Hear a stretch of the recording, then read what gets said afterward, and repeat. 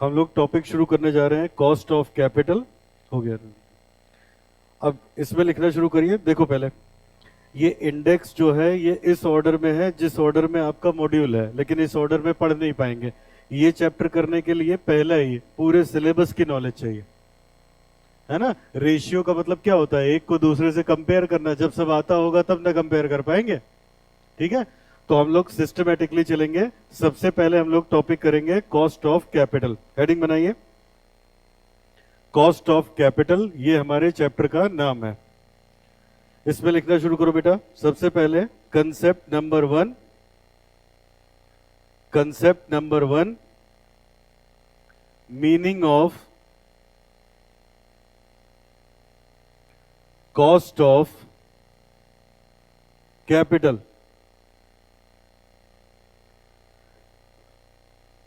Meaning of cost of capital लिखिए। Cost of capital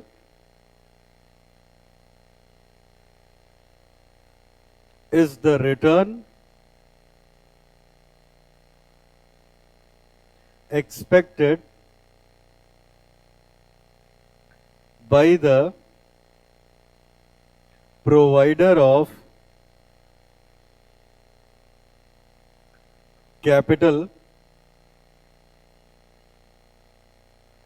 bracket में लिखिएगा, share holder, lender and debenture holder.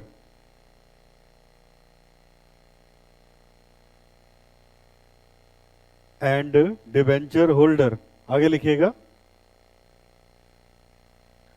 To the business, to the business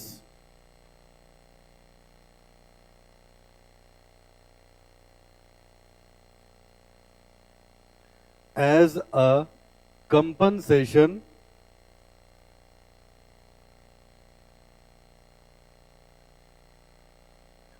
for their contribution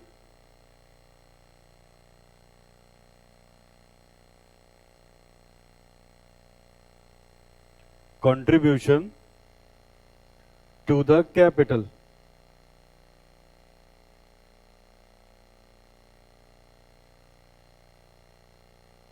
आगे लिखिएगा, ये first point है हम लोग का। अब लिखेंगे second point. Second point, correct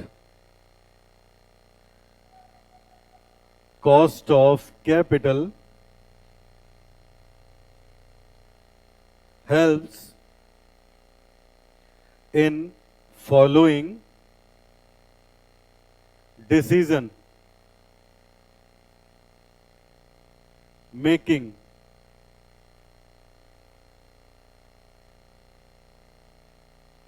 पहला होगा इवैल्यूएशन ऑफ इन्वेस्टमेंट डिसीजन,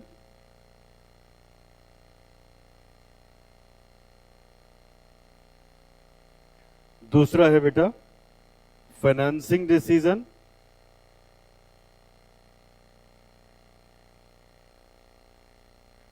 और तीसरा है डिजाइनिंग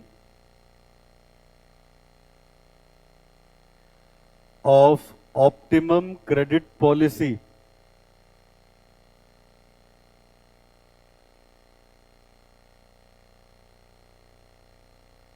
ऑप्टिमम क्रेडिट पॉलिसी। एक कंसेप्ट और लिखेंगे फिर मैं एक्सप्लेन करूंगा। लिखिए concept number two.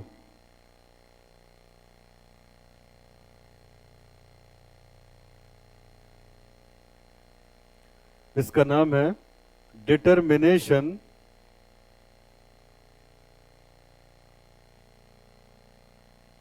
Of cost of capital.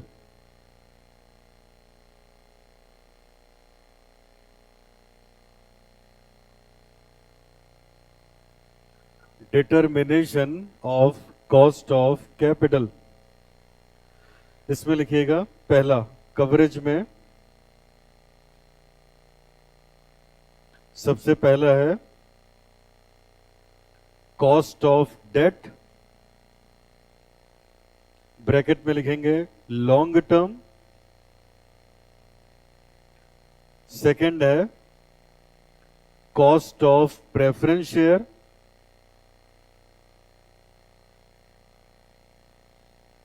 Third है कॉस्ट ऑफ इक्विटी, फोर्थ है cost of retained earning,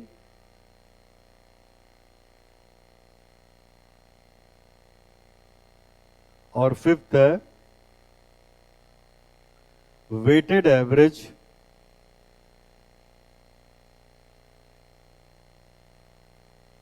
cost of capital. Weighted average cost of capital, इसको शॉर्ट में बोलते हैं WACC, weighted average cost of capital, WACC।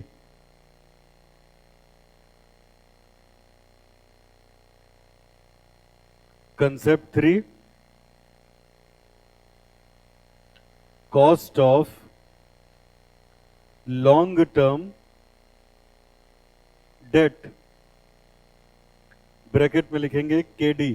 ये है concept number 3। इसमें पहले लिखेंगे situation 1,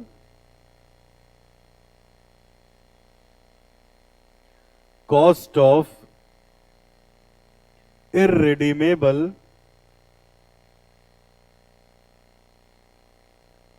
debt, cost of irredeemable debt।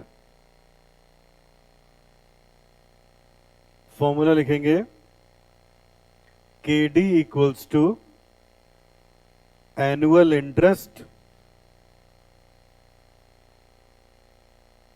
Bracket में लिखेंगे 1 minus tax rate divided by net proceed और करेंट मार्केट प्राइस।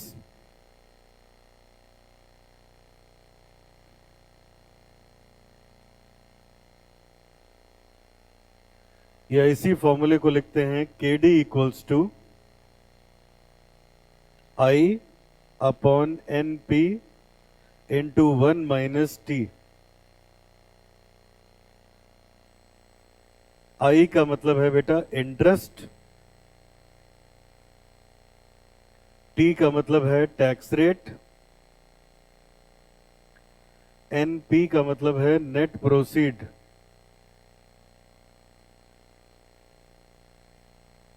N का मतलब है नेट प्रोसीड।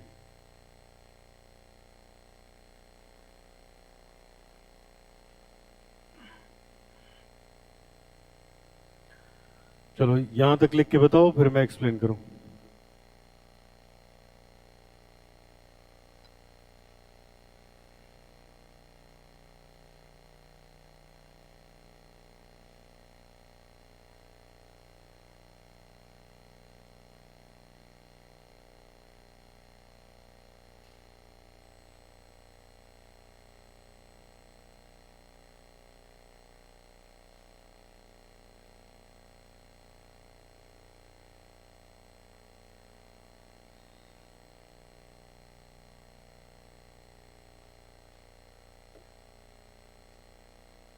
ठीक है, हो गया।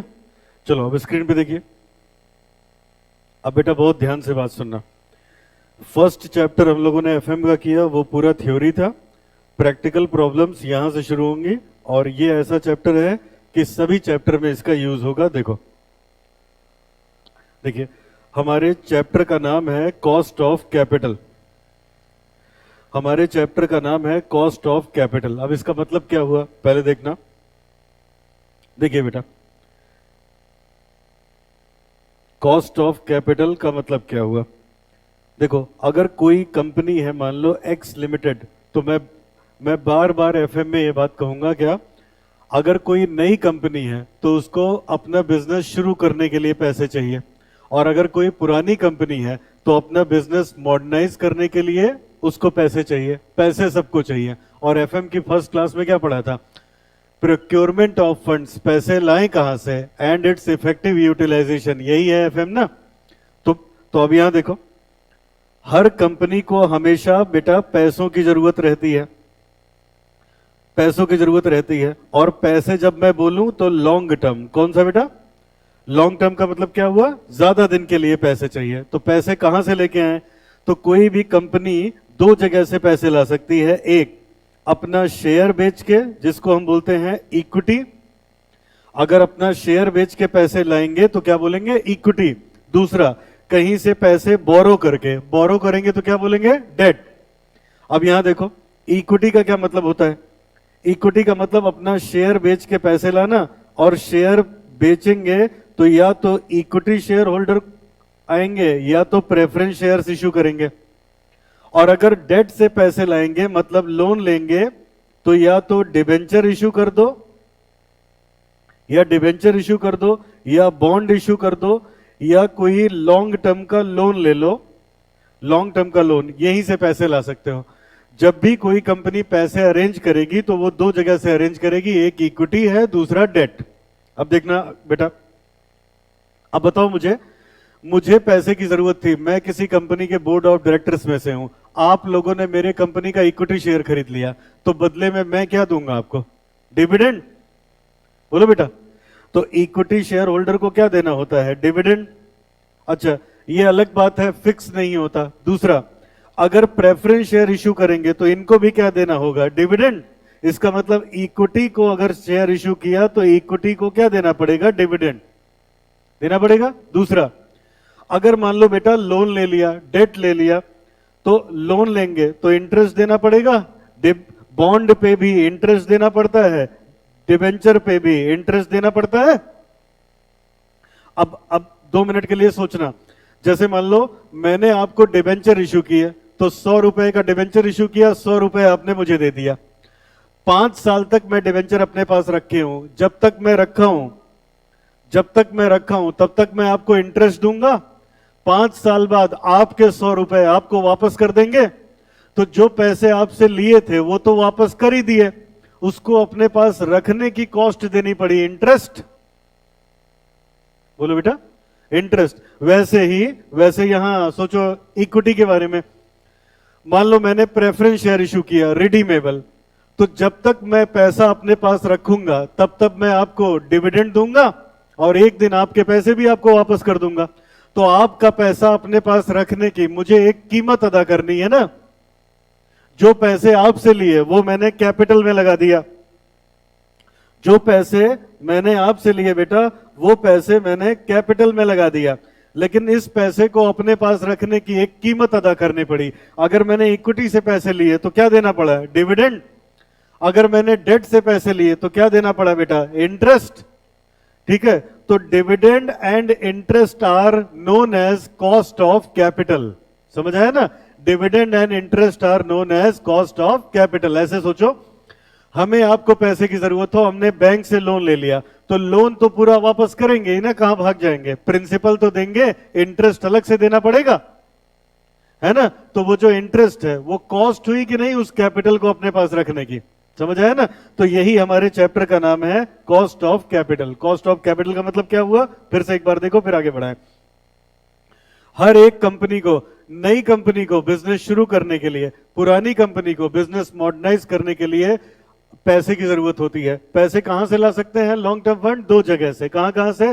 डेट और इक्विटी। या तो किसी को अपने कंपनी का मालिक बना दो, शेयर बेच दो, या तो उधार ले लो। डेट से पैसे लाएंगे, क्या देना पड़ेगा? इंटरेस्ट। इक्विटी से पैसे लाएंगे, क्या देना पड़ेगा? डिविडेंड। तो dividend and interest are known as cost of capital. समझे?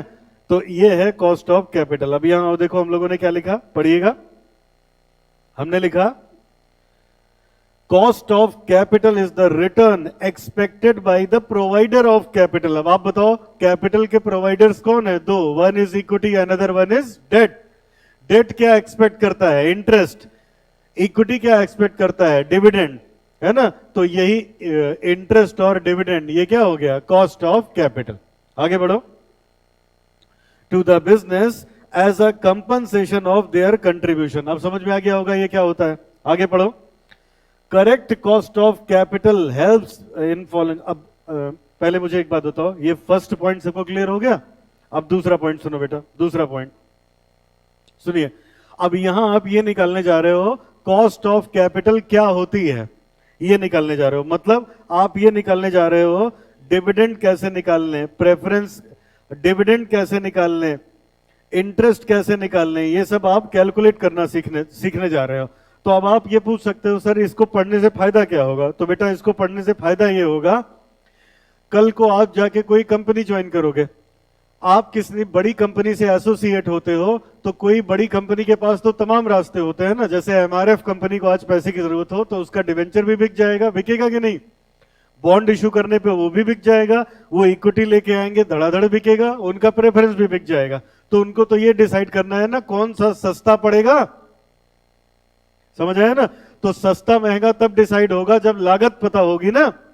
तो उसीलिए आप ये चैप्टर पढ़ने जा रहे हो। अब इस चैप्टर में मैं आपको सिखाऊंगा how to calculate interest, whether it is debenture, bond और लोन, कुछ भी हो। इनको हम बोलते हैं डेट। क्या बोलेंगे बेटा? और डेट की कॉस्ट को बोलेंगे कॉस्ट ऑफ डेट। क्या बोलोगे? जहां से भी ये चैप्टर आया उन्होंने कॉस्ट को के से लिखा। किससे? के से। डेट को लिखेंगे के डी। समझ आए? तो ये देखो यहां पे जब अगला टॉपिक हम लोगों ने लिखा है determination of cost of capital, तो उसमें पहला ही टॉपिक है कॉस्ट ऑफ डेट। समझ आए? फिर उसके बाद दूसरा, अब डेट में ये सब आ जाएंगे। अब बेटा डेट दो प्रकार के होते हैं, एक रिडीमेबल, दूसरा इररिडीमेबल। तो हम दोनों सीखेंगे। अगर रिडीमेबल है तो कॉस्ट कैसे निकालें, इररिडीमेबल है तो कॉस्ट कैसे निकालें। ठीक है ना? तो एक तो ये पढ़ना है। दूसरा तो ये अब यहां देखो, कॉस्ट ऑफ डेट, प्रेफरेंस से पैसे लाओगे तो cost of preference share, equity से पैसे लाएंगे कॉस्ट ऑफ इक्विटी, रिजर्व से पैसे निकाल लेंगे तो कॉस्ट ऑफ रिटेन्ड अर्निंग। ये अभी समझ में नहीं आएगा, जब उस टॉपिक पे आएंगे तब समझ में आएगा।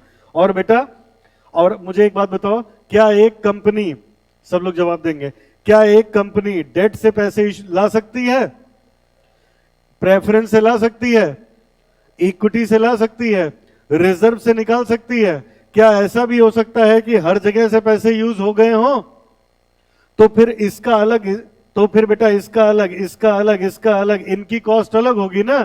तो इनका एवरेज निकालना पड़ेगा कि एवरेज 1 रुपए पे कितना पैसा लगता है 100 रुपए पे, तो उसको बोलेंगे weighted average cost of capital. बात समझ में आई? तो हम लोग को जो पढ़ना है इंडिविजुअली पहले पढ़ना है cost of debt, cost of equity, cost of preference, cost of retained earning, और आखिरी में सबका वेटेड एवरेज। क्या लगता है एग्जाम में कौन सा आएगा? Weighted average. तभी तो एक ही सवाल में सब पूछ डालेंगे, समझ आया ना? लेकिन वेटेड एवरेज के सवाल हम कब लगा पाएंगे? एकदम आखिरी में, जब सब पढ़ा दूंगा तभी तो एवरेज निकाल पाओगे ना।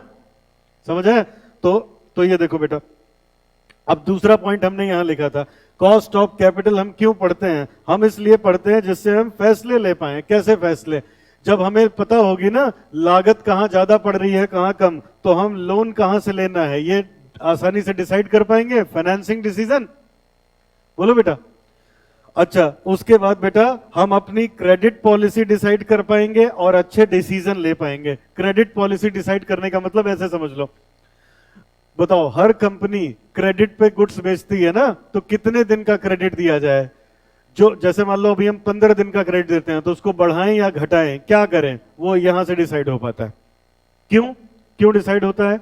मैंने ये बैटरी अपनी जेब से पैसे लगा के बना दिया, आपको उधार पे बेच दिया, तो मैंने जो पैसा लगाया मैंने तो उसका लोन लिया होगा ना, मुझ पे तो ब्याज आएगा कि नहीं आएगा? तो मैं जितने दिन का आपको क्रेडिट पीरियड दूंगा, आपके पास मेरा पैसा फंसा होगा ना बेटा। अकाउंट में क्या पढ़ते हैं? अकाउंट में हम ये पढ़ते हैं, अच्छा 1 लाख की क्रेडिट सेल कर दी तो एंट्री हो गई डेटर टू सेल, डेटर ने पैसा दे दिया, bank account debit to debtor, खत्म। अब एफएम क्या कहता है?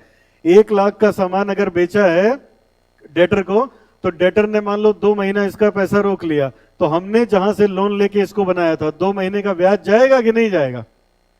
समझ आया ना? वो पढ़ोगे डेटर्स मैनेजमेंट में। ये देखो यहाँ debtors management of receivable unit 4 में, वहां जाके हम लोग पढ़ेंगे। तो एफएम में ये, तो हम इसलिए कॉस्ट ऑफ कैपिटल पढ़ते हैं, जिससे हम ये डिसाइड कर पाए इन्वेस्टमेंट डिसीजन कैसे ले पाए, फाइनेंसिंग डिसीजन कैसे ले पाए, और बढ़िया क्रेडिट पॉलिसी बना पाए। अब पहले बताओ सब बच्चे, ये दोनों पॉइंट क्लियर हो गए? अब यहां आओ। अब यहां तो बस यही लिखा है, पढ़ना क्या क्या है। तो पढ़ना है cost of debt, cost of preference share, equity retain earning and weighted average. तो मैं अपने पहले कंसेप्ट पे आ रहा हूं, कॉस्ट ऑफ डेट। अब हम सीखने जा रहे हैं how to calculate cost of debt. बेटा थोड़ा सा टाइम लगेगा, कुछ चीजें मैं प्रूव करके दिखाऊंगा, फिर इसके बाद आगे बढ़ेंगे। अब ध्यान से सुनिएगा, क्या पढ़ने जा रहे हो, कौन सा टॉपिक? Cost of debt. तो डेट का मतलब क्या हुआ? डिबेंचर, बॉन्ड एंड लोन, तीनों का क्वेश्चन है, फॉर्मूला यही लगेगा। ठीक है, डिबेंचर, बॉन्ड एंड लोन। अब आगे सुनिएगा, देखिए मेरी तरफ। चलो, तो मैं डिबेंचर से लेके चलूंगा बेटा, क्योंकि कंपनी ज्यादातर जितने दिन का डिबेंचर इशू कर सकते हो उतने दिन का लोन नहीं मिलता। समझ आया ना? तो इसीलिए बार बार क्या नाम लेंगे? डिबेंचर। लेकिन आप तीनों जानते रहना, debenture includes bond as well as loan. Question में तो कुछ भी हो जाएगा ना, क्या करोगे? लो अब इधर देखो, अभी बताओ, जैसे किसी कंपनी ने बेटा डिबेंचर इशू किया, तो हम इसकी कॉस्ट निकालने के लिए क्या लिखेंगे? केडी। अब ये देखो बेटा, समझिएगा, ये जो डिबेंचर है ये 2 टाइप का होता है, एक रिडीमेबल और दूसरा इररिडीमेबल। रिडीमेबल क्या होता है? रिडीमेबल होता है, मैंने अपना डिबेंचर इशू किया तो आप मुझे पैसे दोगे, बदले में मैं आपको एक कागज दे दूंगा, यही आपके लिए क्या हो गया? डिबेंचर। टाइम पूरा हुआ, कागज मुझे लौटाओगे, मैं पैसा दे दूंगा, ये क्या हो गया? रिडीमेबल। यही तो रिडम्पशन हो गया ना। और अगर आप मुझे डिबेंचर दे दो, मैं आपके पैसे ना लौटाऊं, आपको इंटरेस्ट देता रहूं, तो वो क्या हो गया? इररिडीमेबल। ठीक है, तो हमें दोनों पढ़ना है, कौन कौन सा? Redeemable as well as irredeemable. अब अगली बात सुनना, आपको एक क्वेश्चन पूछना चाहिए, सर हमने लॉ में पढ़ा हुआ है अब तो इररिडीमेबल डिबेंचर होता ही नहीं, अब कौन सा हो सकता है? केवल रिडीमेबल ना, अब तो इररिडीमेबल नहीं होगा ना। मैक्सिमम लाइफ कितनी रह गई? 30 इयर्स। इररिडीमेबल हो ही नहीं सकता, तो हम क्यों पढ़ेंगे? तो अब मेरा लॉजिक सुनो, बताओ, रिडीमेबल डिबेंचर मैंने 10 साल के लिए डिबेंचर इशू किया, 10 साल बाद रिडीम कर देंगे, इसकी लाइफ कितनी होगी? 15 साल के लिए किया, कितनी होगी? ठीक है, अब बताओ इररिडीमेबल की लाइफ कितनी होगी? इररिडीमेबल डिबेंचर की लाइफ कितनी होगी? नहीं बोल सकते कुछ। वो जब रिडीम ही नहीं होगा तो एग्जिस्ट करेगा ना, जब तक कंपनी है तब तक। बोलो बेटा, ठीक है। अब अपना दिमाग लगाओ, सोचो। तो अब बताओ, डिबेंचर रिडीमेबल होगा, ये आज डिसाइड हुआ है ना, अभी 2-4 साल पहले। इररिडीमेबल डिबेंचर तो आज के 10 साल पहले इशू हो गया है, क्या वो खत्म कर दिया जाएगा? वो एग्जिस्ट करेगा ना। बोलो, क्या उसकी आइडेंटिटी खत्म हो जाएगी? अब नहीं किया जा सकता, लेकिन जो पहले से है वो तो एग्जिस्ट करेंगे। तो कल को आप कोई कंपनी ज्वाइन करोगे, कॉस्ट निकालनी होगी, तो आप ये कहोगे क्या कि हम तो पढ़े ही नहीं है, इररिडीमेबल कैसे निकलेगा? आना दोनों चाहिए ना आपको। समझ में आ रही बात? तो जब इसके क्वेश्चन लगाओगे तो उसमें इररिडीमेबल के भी क्वेश्चन आएंगे। क्यों? क्योंकि जो पहले हैं वो तो एग्जिस्ट करेंगे। समझ आया? तो जब वेटेड एवरेज निकाला जाएगा तो उनकी जरूरत पड़ेगी कि नहीं पड़ेगी? तो इसीलिए हम लोग ये पढ़ने जा रहे हैं इररिडीमेबल के बारे में। समझ में है? इररिडीमेबल वो है जिसके पैसे हमें वापस नहीं करने पड़ते। तो अब उसकी कॉस्ट कैसे निकालेंगे मैं समझाने जा रहा हूं, खूब ध्यान से सुनना। ये पूरा फॉर्मूला आपको मैं इलेबोरेट करके बता रहा हूं, फिर इस फॉर्मूले पे आएंगे, समझेंगे। देखो बेटा, अब यहां सोचो बेटा, मैं भी आप में से कोई सोच रहा हो कि न जाने कितनी बार सवालों में जरूरत पड़ी है, हमने डिविडेंड निकाल लिया है, कितनी बार क्वेश्चन में इंटरेस्ट निकालने की जरूरत पड़ी है, निकाल लेते हैं। तो अब इसमें पढ़ना क्या है? डिविडेंड और इंटरेस्ट निकालना पड़ना है। पढ़ना है एफएम के पॉइंट ऑफ व्यू से पढ़ना है। जो आपने पहले पढ़ा वो मतलब यहां के नजरिया कुछ और है, तो अब यहां क्या है वो मैं समझाने जा रहा हूं। देखिए, चलो बताओ, अब ये इधर मैं एक एग्जांपल बता रहा हूं, लिखना नहीं है, बस समझना। बताओ बेटा, सब बच्चे बताना क्या पढ़ा रहा हूं मैं, कौन सा टॉपिक? पहला कॉस्ट ऑफ डेट। कौन सा डेट? इररिडीमेबल। ये जरूरी है, रिडीमेबल या इररिडीमेबल, ठीक है। अब बताओ, इधर देखना। मान लो एक्स लिमिटेड करके एक कंपनी, अब सबका पूरा फोकस होना चाहिए बेटा, ठीक है, बार बार इतना इलेबोरेट करके नहीं, मैं इसी का एकदम आपको बिल्कुल डेप्थ बताने जा रहा हूं। मान लो एक्स लिमिटेड नाम की एक कंपनी है बेटा, उस कंपनी ने लोन ले लिया, डिवेंचर इशू कर दिया। उसने डिवेंचर इशू कर दिया 2 लाख रुपए का। 10% डिवेंचर है ये। कितने परसेंट? 10%। और मान लो ये इररिडीमेबल है। अब आप बताओ, इसका इंटरेस्ट निकालना हो तो कैसे निकालोगे? फेस वैल्यू कितनी हुई? 2 लाख। उसका क्या निकाल लेंगे? 10%। कितना आ गया इंटरेस्ट? 20,000। ये हम हर सब्जेक्ट में लिख लिया करते हैं। एफएम कहता है बात वो गलत है, सही नहीं है। अब एफएम क्या कहता है वो सुनना बेटा। देखो, एफएम कहता है इसकी कॉस्ट 10% नहीं है, कुछ और है। हम डिबेंचर कितने का? 2 लाख का, है ना। मान लेते हैं इसकी फेस वैल्यू 100 रुपए की है, तो इसका मतलब यही तो हुआ ना, ये 2000 डिबेंचर हैं, 100 रुपए का एक। बोलो बेटा। और हर 100 रुपए पे हमें ब्याज कितना देना पड़ रहा है? 10 रुपए का। तो बाकी सारे सब्जेक्ट क्या बोलते हैं? यहां पे कॉस्ट कितनी आई? 10 रुपए की आई। लेकिन एफएम कहता है 10 रुपए की नहीं आई, कुछ और आई। क्या? अब वो यहां देखो, बताओ मुझे बेटा, सब बच्चे बताना। अब ये फर्स्ट लेक्चर में भी बताया था, वही चीज दोबारा से लेके आ रहा हूं, यहां से एकदम अच्छे से दिमाग में बैठ जाएगा। चलो, अब हालांकि एफएम में हम लोग कंपनीज की पढ़ाई करते हैं और कंपनी कभी भी ट्रेडिंग अकाउंट नहीं बनाती, लेकिन मैं समझाने के लिए ऐसे लेके चल रहा हूं। मान लो किसी कंपनी ने अपना ट्रेडिंग अकाउंट बनाया, उनके पास ग्रॉस प्रॉफिट आ गया 1 लाख का, तो ये 1 लाख बेटा पीएल में ट्रांसफर होगा कि नहीं होगा? ठीक है। फिर से वही बात, किसी कंपनी ने ग्रॉस प्रॉफिट 1 लाख का कमाया, तो ये 1 लाख पीएल में ट्रांसफर होगा। अब ये बताओ, मान लो किसी कंपनी के जो इनडायरेक्ट एक्सपेंसेस हैं वो 20,000 के हैं, 30,000 के हैं, 30,000 के, तो सब बच्चे बताओ नेट प्रॉफिट कितना आएगा? 70,000 का नेट प्रॉफिट आएगा, 70,000 का। अच्छा बेटा, नेट प्रॉफिट आया 70,000 का, और मान लो हमें टैक्स देना पड़ेगा 50% का, तो 35,000 हम सरकार को देंगे, 35,000 हमारे घर जाएगा। पहले लेक्चर में मैंने बताया था एफएम के क्वेश्चन में टैक्स का रेट क्या मिलेगा? 50%। क्यों? क्योंकि एक आदमी इनकम टैक्स ही नहीं देता, इनकम टैक्स में 30% पढ़ लेते हो, कस्टम, एक्साइज, जीएसटी और पता नहीं क्या क्या, समझ आया ना, सब जोड़ जाड़ के लगभग 50% आता है। तो आप बताओ यहाँ टैक्स कितना गया? 35,000 का। और टैक्स के बाद अर्निंग कितनी हुई? इसको हम बोलते हैं, इसको बोलते हैं, ये जो नेट प्रॉफिट था इसको एफएम में बोला जाता है प्रॉफिट बिफोर टैक्स। क्या बोलते हैं बेटा? और टैक्स देने के बाद ये हो गया प्रॉफिट आफ्टर टैक्स। समझ है? अब जरा यहां देखना, ध्यान से सुनिएगा। कंपनी वही है, कंपनी वही है, बिजनेस भी उसने वैसे ही किया, तो ग्रॉस प्रॉफिट 1 लाख का आ गया।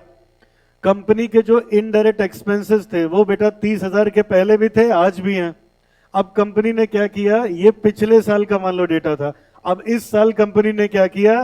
डिबेंचर इशू कर दिए। क्या इशू कर दिए बेटा? डिबेंचर इशू कर दिए। 2000 डिबेंचर इशू किए कंपनी ने, 100 रुपए का एक। बताओ कितने के डिबेंचर इशू किए होंगे? 2 लाख के। मान लो ये 10% के डिबेंचर हैं, तो आप बताओ कंपनी इन डिबेंचर होल्डर्स को इंटरेस्ट पे करेगी कि नहीं? तो 2 लाख का 10%, इसका मतलब हुआ 20,000 का बेटा इंटरेस्ट पे करेगी। और इंटरेस्ट पीएल में डेबिट होता है। और अब जब इसका आप नेट प्रॉफिट निकालोगे तो दैट वुड बी 50,000। ठीक है। और ये जो प्रॉफिट निकल के आया बेटा, ये प्रॉफिट है नेट प्रॉफिट बिफोर टैक्स है। कितना? 50,000 का। अब ये बताओ, अब इसमें से सरकार को टैक्स जाएगा 50%, कितना गया? 25,000। और बचा कितना पैसा? 25,000 बचा ना। अब खूब ध्यान से सुनना। अब एफएम क्या बोलता है? एफएम ये कहता है, देखना, एफएम कहता है, अब ये की पॉइंट बता रहा हूं बेटा, हम लोग का एफएम बोलता है बेटा कि ऐसा है, ये जो डिबेंचर है 2 लाख का, उस पे 10% का इंटरेस्ट दिया 20,000, बिल्कुल सही बात है, लेकिन हमें कॉस्ट 20 की नहीं आई। क्यों? कहते हैं 20 का इंटरेस्ट दे के 10,000 का टैक्स बचा लिया।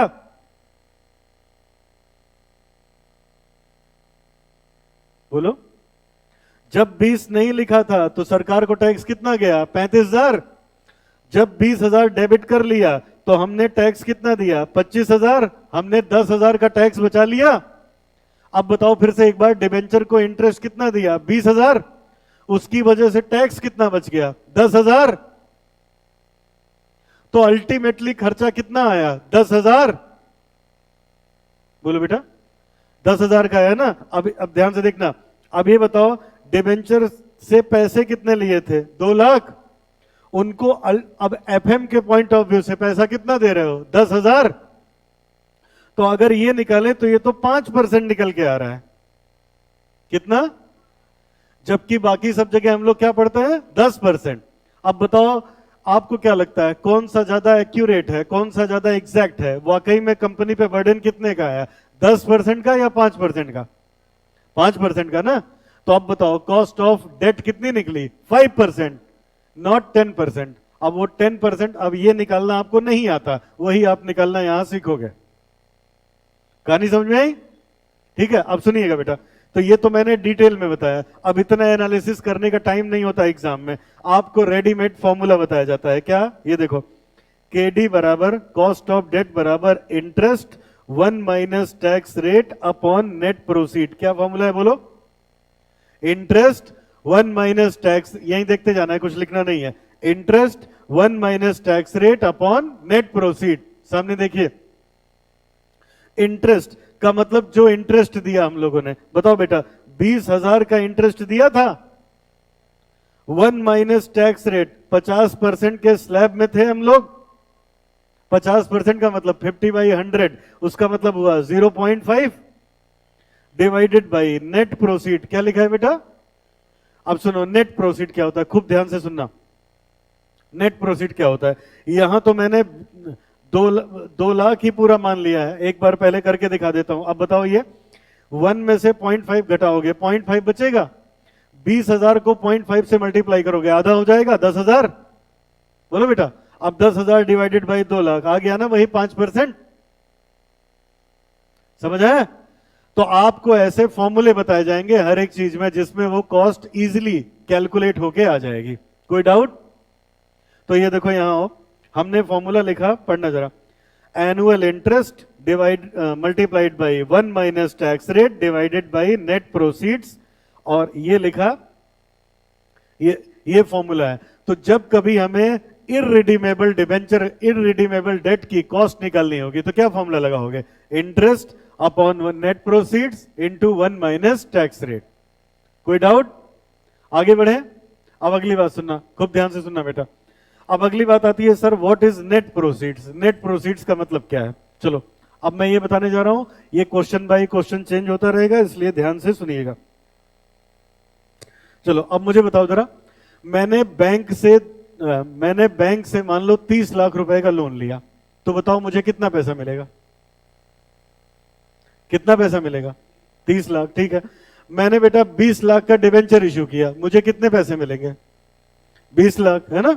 ऐसा आपको लगता है। अब ध्यान से सुनना, क्योंकि आप प्रैक्टिकल लाइफ में आपने कभी लोन लिया ही नहीं, किसी ने लिया भी घर में तो ध्यान से उसको देखा ही नहीं। अब देखो मेरी तरफ, अब जानते हो क्या होता है? सुनिए, जब हम 30 लाख का लोन लेंगे तो अकाउंट में आते आते आएगा 29 लाख, 28 लाख। वो कहेंगे 1% 2% का प्रोसेसिंग फीस कट गया। समझ आया? प्रोसेसिंग फीस कट गया, फिर क्या करेंगे? लोन का इंश्योरेंस कर लेते हैं बैंक वाले। क्या करते हैं बेटा? इंश्योरेंस, कि जो लोन ले रहा है कल को उसको कुछ हो गया, एक्सपायर हो गया तो फंस गए। सिक्योरिटी अलग लेंगे तब लोन देंगे, इंश्योरेंस उसका अलग से करेंगे, उसका प्रीमियम भी आपसे ले लेंगे। समझ आया? अच्छा, जो लोन लेने गया है उसको वैसे ही पैसे की जरूरत है तो वो कहेंगे लेना हो लो, नहीं तो मत लो, इंश्योरेंस तो हम करेंगे। उसी बहाने उनका इंश्योरेंस बिक जाता है। समझ आया? तो जब हम 30 लाख का लोन लेंगे तो कट वट के आता है अकाउंट में कितना? 28 लाख। एक एग्जांपल ले लेते हैं ऐसे ही। समझ आया? अब बताओ, लोन तो आपने 30 का लिया, ब्याज आप 30 पे दोगे, पैसे कितने यूज कर पाए? तो लिखेंगे नेट प्रोसीड की जगह 28 लाख। बात समझ में आई? ठीक है, जो पैसे हम यूज कर पाए हम वही लिखेंगे। ठीक है बेटा, सबको ये बात समझ में आई? अब अगली बात सुनो, मैंने एक दूसरा एग्जांपल लिया था कि डिबेंचर 20 लाख की इशू किए तो कितना पैसा मिलेगा? आपने कहा 20 लाख, 20 पूरा थोड़े ना मिलेगा, 5% 2.5% का अंडर राइटर कमीशन ले जाता है। बोलो, लॉ में पढ़ते हो तो कहां से जाएगा? उसी में से एडवर्टीजमेंट के एक्सपेंसेस होते हैं। तो वो जो 20 लाख आएगा, पूरा 20 थोड़े ना यूटिलाइज कर पाओगे, वो 20 रेस करने के लिए पता चला 3 लाख खर्च कर दिए, तो एग्जैक्टली तो 17 लाख ही मिल पाया ना। तो हम यहां लिखेंगे नेट प्रोसीड। अब मतलब समझ में आया कि नेट प्रोसीड का मतलब क्या है? कितना पैसा हम यूटिलाइज कर पाए, ये मैंने अभी लॉजिक दिया। अब क्वेश्चंस में क्या करेंगे वो सुनो। क्वेश्चन में दो चीज यूज करेंगे। नंबर एक, समझ में आ गया नेट प्रोसीड होता क्या है? अब सुनो आगे, क्वेश्चन में क्या करोगे? अब क्वेश्चन में बेटा ज्यादातर आपको डिबेंचर मिलेगा, तो डिबेंचर के लिए या तो यहां लिखेंगे मार्केट वैल्यू। क्या लिखोगे? Market value. या तो लिखेंगे फेस वैल्यू। अगर नया डिबेंचर होगा, न्यूली इशूड, तो मार्केट वैल्यू नहीं होगी ना, नया नया आया है बाजार में, तब क्या लिखोगे? Face value. और पुराना होगा तब मार्केट वैल्यू, ये लिखेंगे। इतनी बात समझ में आई? किसकी जगह पे? नेट प्रोसीड की जगह पे। और अगली बात, अब सुनो, क्वेश्चन में ऐसे लिखा होगा 100 रुपए का डिबेंचर है लेकिन 10% के डिस्काउंट पे इशू किया, तो कितना मिला होगा? 90 रुपीज ना। 100 रुपए का डिवेंचर 10 रुपए के डिस्काउंट पे इशू किया, 10% के, कितना मिला होगा? तो कितना यूज कर पाओगे? 90 ना। तब नेट प्रोसीड की जगह क्या लिखोगे? 90।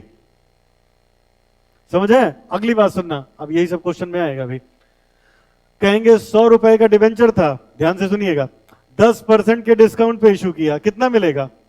90। कहेंगे उसमें से 10 रुपए अंडर राइटर लेके चला गया, अब कितना बचा? 80। फिर कहेंगे एडवर्टीजमेंट बाकी सब करने की 5% की कॉस्ट आई, उसको बोलते हैं फ्लोटेशन कॉस्ट। क्या बोलते हैं बेटा? तो 5 रुपए वो भी गए, अब बचा 75। तो जैसा सवाल वैसा हमारा जवाब। उसका लॉजिक ये है, अल्टीमेटली हम जितने पैसे यूज कर पाए हम वही लिखेंगे। समझ आए? ये इसका लॉजिक है। क्वेश्चन नंबर 1,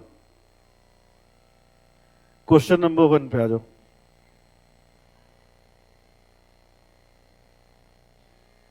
स्क्रीन पे देखिए, सारे क्वेश्चन कभी न कभी एग्जाम में आए हैं,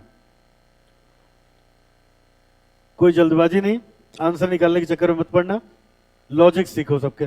देखो अब क्या लिखा है, calculate current cost of debenture capital. Debenture क्या होता है? डेट। तो इसका मतलब यहां से पता चल गया क्या निकालना है? केडी। अब केडी में दो बातें आती हैं, रिडीमेबल और, जब रिडीमेबल होगा तो सवाल खुद बताएगा, कुछ नहीं बताएगा, हम इरिडीमेबल मान लेंगे। बात समझ में आई?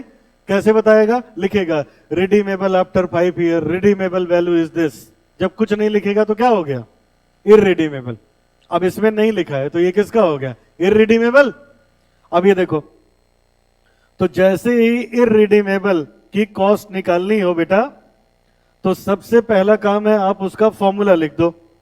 फॉर्मूला हो गया KD equals to I 1 minus T divided by net proceeds. ठीक है, अब मैं एक एक चीज लिखने जा रहा हूं, आइए अब इस पढ़िए और लिखते जाते हैं। पढ़ो। 5 years ago Sona limited issued 12% debenture, irredeemable debenture at 103। अब बताओ, 5 साल पहले 103 रुपए में इशू किया था। बोलो बेटा, 103 रुपए में। तो अभी तक तो ऐसे ही लगता है कि कंपनी को कितना मिला? 103। आगे, at 3 rupees premium to their par value. भाई कुछ ना कहा हो तो डिवेंचर की पार वैल्यू 100 रुपए, इक्विटी शेयर का 10 रुपए लेके काम होता है। 3% के प्रीमियम का मतलब 103 हो गया बेटा। अच्छा, कहते हैं current market price of debenture is 94 if the company is 35% tax bracket, find this. अब बताओ, इधर देखो, इधर देखो, बताओ डिबेंचर पे इंटरेस्ट कितना था? 12%। कितना था बेटा? 12%। तो यहां लिख दिया 12, चाहे पूरा निकाल के रखो चाहे एक का रख दो, आएगा तो उतना ही। 12 लिख दिया। अब बताओ नीचे क्या लिखा जाता है, नेट प्रोसीड। आपको क्या लगता है क्वेश्चन पढ़ के, नया डिवेंचर है या पुराना? 5 साल पुराना है ना? तो क्या लेंगे, मार्केट वैल्यू। मार्केट वैल्यू कितनी है, 94, तो यहां लिखेंगे 94। टैक्स रेट दिया था 35% का, तो 1 माइनस 0.35, सॉल्व करने पे आ जाएगा ये 8.30%।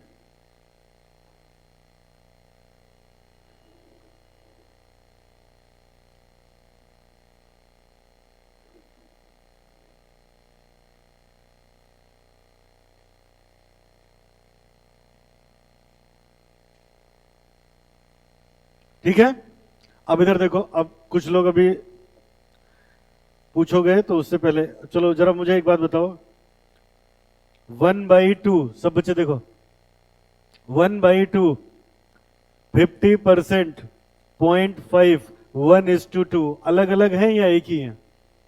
एक ही है ना? तो अब समझना बात को, देखो सबका मतलब एक है। अब यहां 100 से मल्टीप्लाई नहीं है, नहीं है ना, 100 से मल्टीप्लाई नहीं है, नहीं है, तो इसको जब सॉल्व करोगे तो सॉल्व करने पे इसका आंसर आएगा, इसका आंसर मैं लिख रहा हूं 0.08297, ये आएगा, है ना?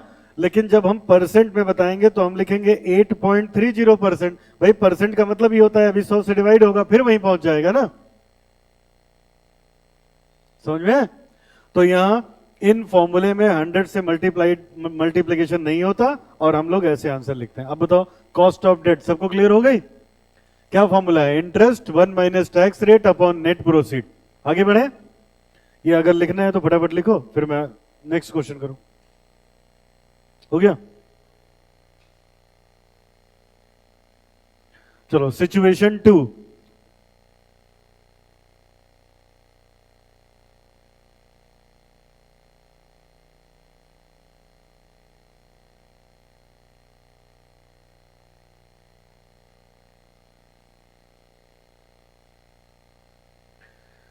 कॉस्ट ऑफ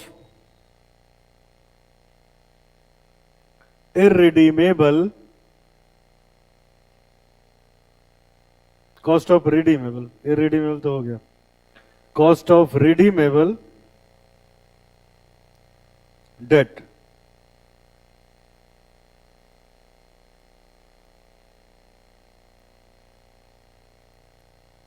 फॉर्मूला लिखिए बेटा, K D equals to interest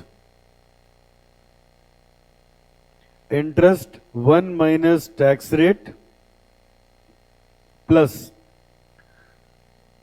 redeemable value minus net proceeds divided by N divided by redeemable value plus net proceeds upon 2।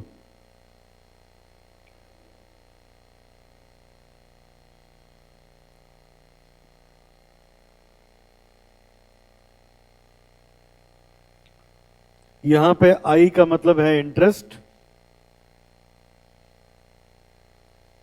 NP का मतलब हुआ नेट प्रोसीड्स,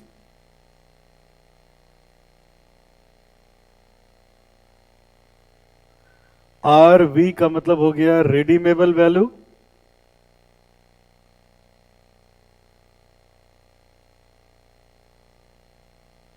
टी का मतलब हो गया टैक्स रेट, एन का मतलब होता है रिमेनिंग लाइफ ऑफ डिवेंचर।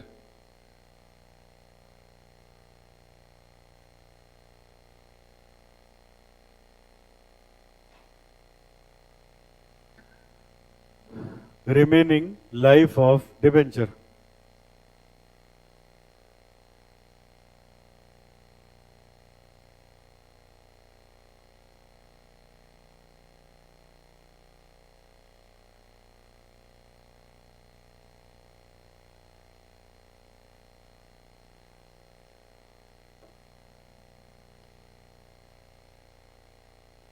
ठीक है, स्क्रीन पे देखिए,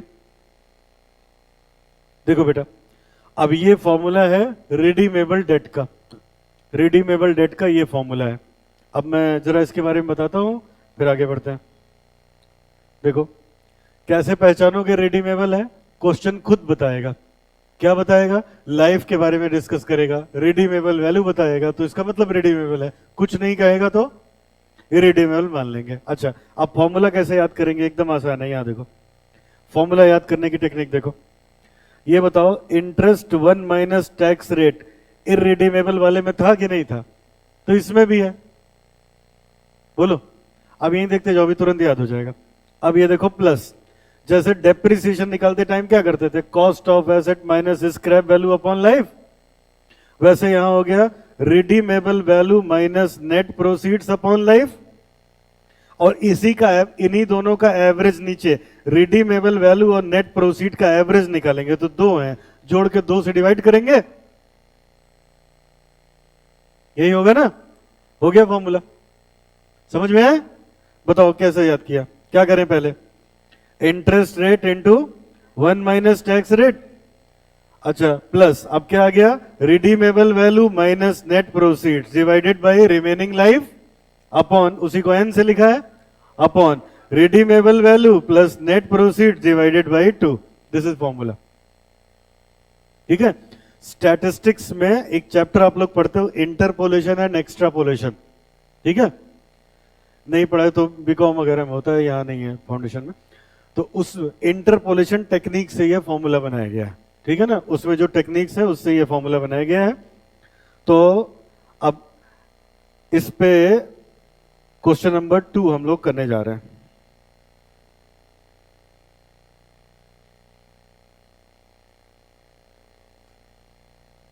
क्वेश्चन नंबर 2,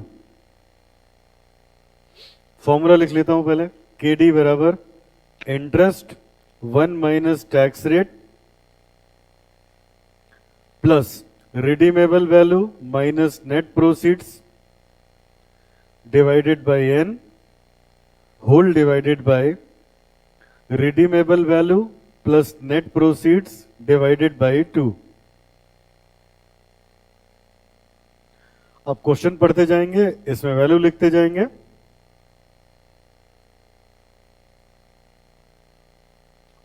शुरू करूं बेटा? लो, अब 2 मिनट फोकस करना, मैं वैल्यू रख दूं बस, इसके बाद लिखना। चलो पढ़ो। ये सब क्वेश्चन कभी न कभी, कभी 2 नंबर में, कभी 4 नंबर में, ये एग्जाम में सब आए हैं बेटा। पढ़ो।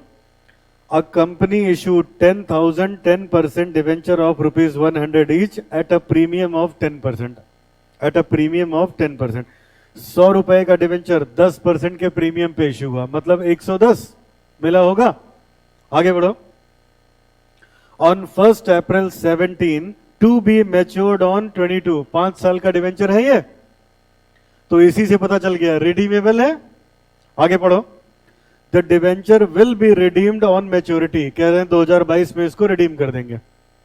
Compute the cost of debenture assuming 35% as tax rate. अच्छा, अब कहते हैं ये करो।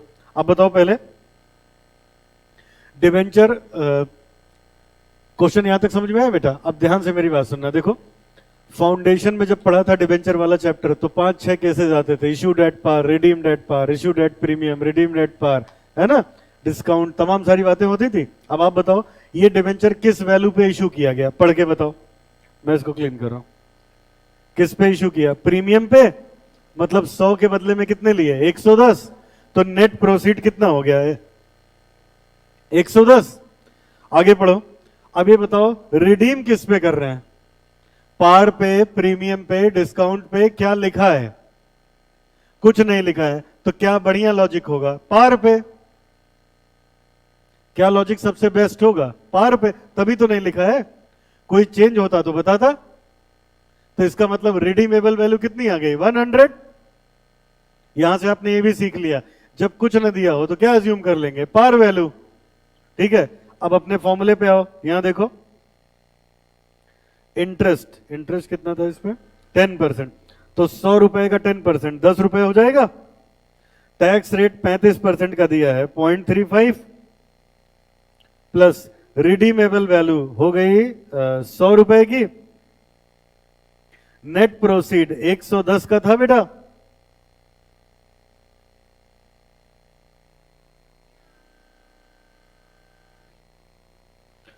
और इसकी जो लाइफ बची है वो कितनी है, 5 ईयर्स की।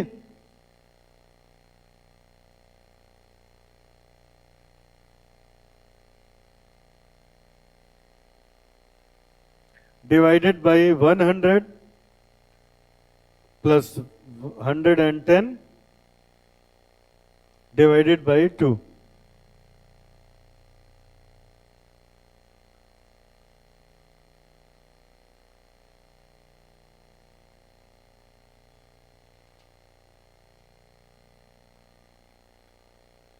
हाँ बेटा, 5.24। इतना वेरिएशन क्यों आ रहा है बेटा? चलो मैं सॉल्व कर रहा हूं, देखो। डिनोमिनेटर सॉल्व करेंगे तो 220 डिवाइडेड बाई 2, नीचे 110 आ जाएगा। नहीं, 110 कहां से, 210 डिवाइडेड बाई 2 ना, 105 नीचे आ जाएगा। और ये आ गया कितना, 10 को अगर मल्टीप्लाई करें 0.65 से तो ये आ गया 6.5, और प्लस ये माइनस हो जाएगा -2, और ये आ गया 6.5 -2 डिवाइडेड बाई 105, 4.28।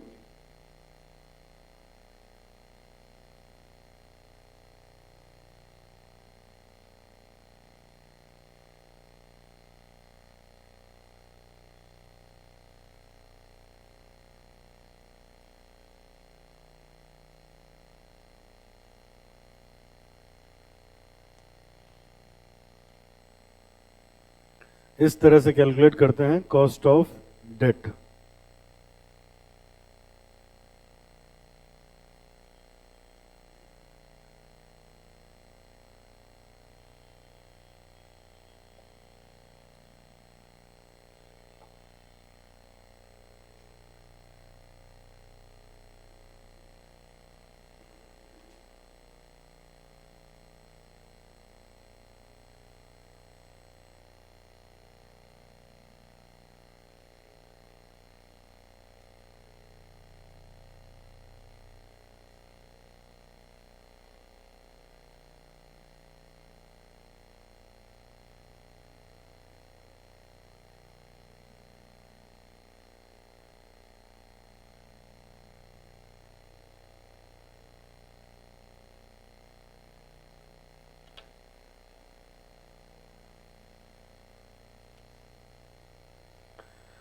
हाँ, अब बताओ आज क्या क्या पढ़ा हम लोगों ने। सबसे पहले कॉस्ट ऑफ कैपिटल का क्या मतलब हो गया।